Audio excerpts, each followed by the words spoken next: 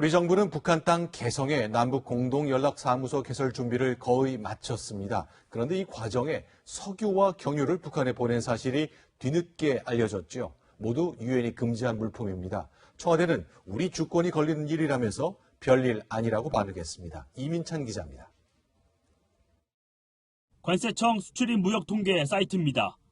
남북 북미 정상회담이 잇따라 열린 직후인 지난 6월과 7월 사이 석유와 경질유 등이 80톤 넘게 북한으로 반출됐다고 기록돼 있습니다. 1억 원 상당에 달합니다. 5억 5천만 원 상당의 발전기도 북한에 보내졌습니다. 남북 연락사무소 개소 준비를 위한 전력 공급을 위해 사용된 겁니다. 유류는 유엔 안보리 2397호는 물론 미국의 독자 제재 위반 대상으로 북한 반입 금지 품목입니다.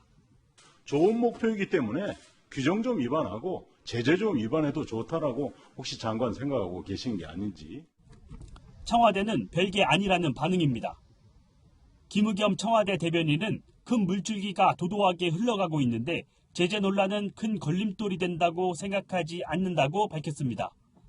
그러면서 대북 제재 논란을 작은 문제라고 했습니다. 또 다른 정부 관계자는 남북사무소는 주권의 문제라며 왜 일일이 미국의 허락을 받아야 하느냐고 반문했습니다. 미국과 유엔이 제재 예외 인정 답변을 주지 않는 상황에서 정부는 이번 달 개소를 추진 중입니다. 채널A 뉴스 이민찬입니다. 우리 정부는 개성에 공동연락사무소를 차린 뒤 사무소에서 쓸 석유를 가져다 쓰고 있습니다. 대북 제재 위반이라는 지적이 나왔지만 우리가 쓰는 거라 문제가 안 된다며 유엔에 보고할 필요도 없다는 입장이었는데요. 앞으로는 쉽지 않을 것으로 보입니다. 조아라 기자입니다.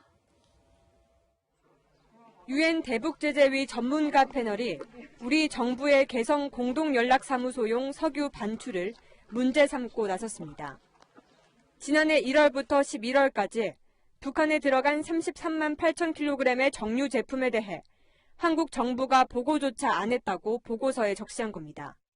그러면서 이 패널은 모든 정제 석유 제품의 이전을 신고해야 한다는 대북제재 결의 2397호를 언급했습니다. 석유 이전은 소유가 아닌 영토 기준이며 임시 또는 영구 이전인지 또 누구 통제하에 있는지도 구분하지 않는다는 기준을 명확히 했습니다. 공동연락사무소로 어떤 석유도 가져갈 수 없다는 얘기입니다. 유엔의 신고 절차를 누락했기 때문에 그 부분을 이제 유엔 제재위원회에서 지적한 것 같습니다. 지금까지 정부는 신고할 필요도 제재 위반도 아니라고 주장해왔습니다. 공동연락사무소의 경우에는 일단 제재 대상으로 보지 않는다 하는 입장을 저희 통일부로서는 그렇게 갖고 있습니다. 우리 정부에 대한 국제사회의 감시가 강화될 수 있다는 우려가 나오고 있습니다. 채널A 뉴스 조아라입니다.